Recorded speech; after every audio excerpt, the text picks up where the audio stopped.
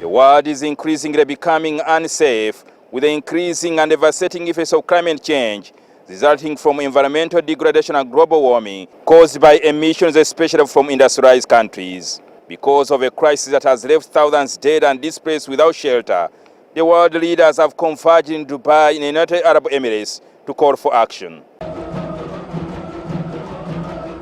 The Prime Minister Robinah Nabbanja is attending the conference on behalf of President Museveni. United Arab Emirates President Mohammed bin Zayed Al Nahyan announced a $30 billion fund towards efforts of mitigating the effects of climate change. Once again, I am pleased to announce the establishment of a $30 billion fund for global climate solutions. He said that by 2030, United Arab Emirates will raise $250 billion towards this fund.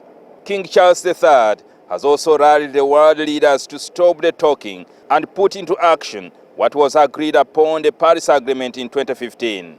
I pray with all my heart that COP28 will be another critical turning point towards genuine transformational action at a time when already, as scientists have been warning for so long, we are seeing alarming tipping points being reached.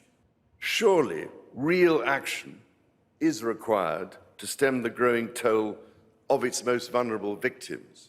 All these decades later, and despite all the attention, there is 30% more carbon dioxide in the atmosphere now than there was back then, and East Africa is suffering a decades-long drought.